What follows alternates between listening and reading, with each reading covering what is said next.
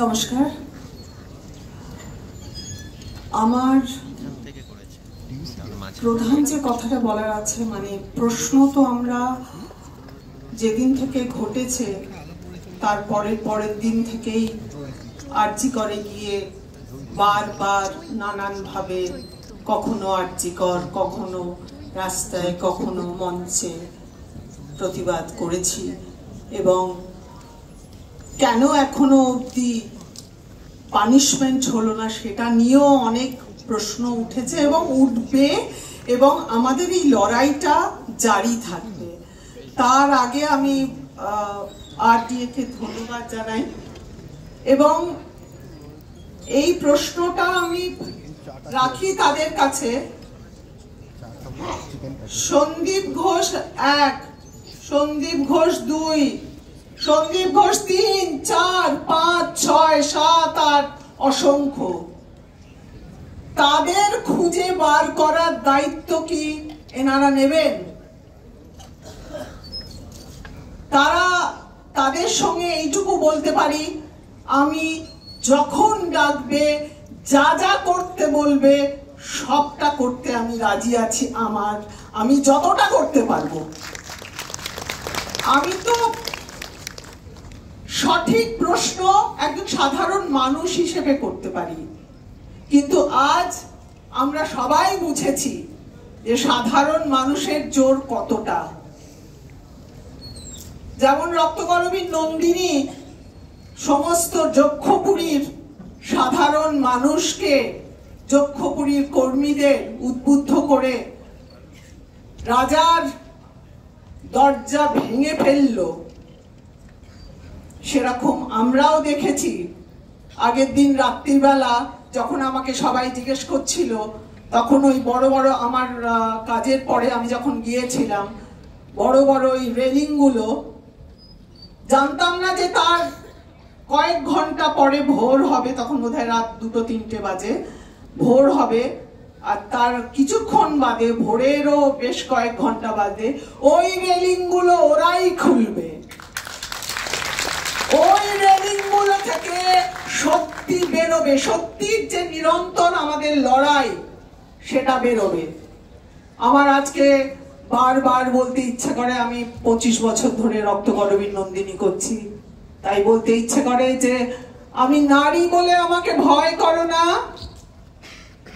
আমি নারী বলে আমাকে ভয় করো না। বিদ্যুৎ শিখার হাত দিয়ে ইন্দ্র তার বজ্র পাঠিয়ে দেন, আমি সেই বজ্র বহন করে এনেছি। ভাঙবে ভাঙবে তোমার সর্দারি সোনার চূড়া, রবীন্দ্রনাথ লিখেছিলেন। ছোট্ট একটা সংযোজন, ভাঙবে ভাঙবে তোমার সরকারির সোনার চূড়া।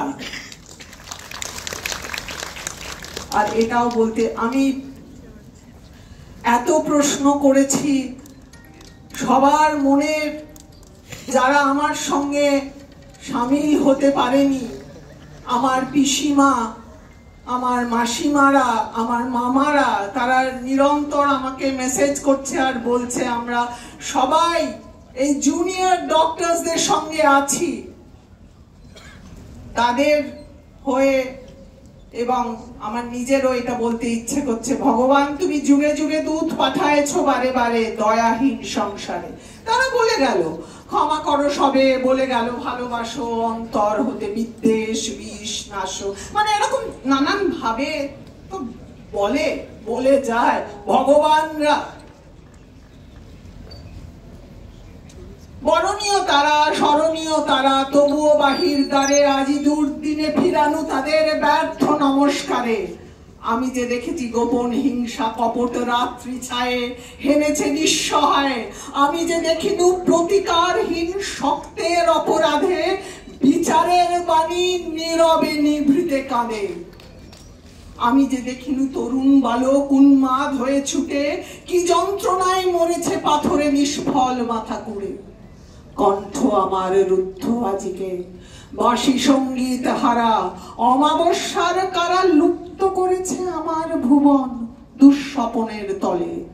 তাই তো তোমায় শুধাই অশ্রু জলে যাহারা তোমার বিষাইছে বায়ু, নিভাইছে তব আলো, তুমি কি তাদের ক্ষমা করিয়াছ? তুমি কি বেসেছ ভালো? বাঁশির সুর হারায়নি, অশ্রুও মুছে নিয়েছি। পথে নেমেছি সমস্ত জুনিয়র ডক্টর, সমস্ত মানুষের সাথে। কান্না মুছে গেছে, দেওয়ালও ভেঙে যাবে। পেছনের দরজা দিয়ে যে গোয়েল বেরিয়ে গেল, সে পেছনের দরজাটাও ভেঙে যাবে। সত্যি সামনে থেকে আসবে। আমাদের এই লড়াইটা চালিয়ে যেতে হবে। আমরা ছোটবেলা থেকে শুনেছি, আমাদের তো আশা করে যেতেই হবে। ভাষা তো পরিবর্তন হয়, ওটা তো সমাজেরই একটা চিত্র। তাই আশা না, লড়াই করে যেতে হবে। আশার মতো আসবে, সত্যি আসতে হবে।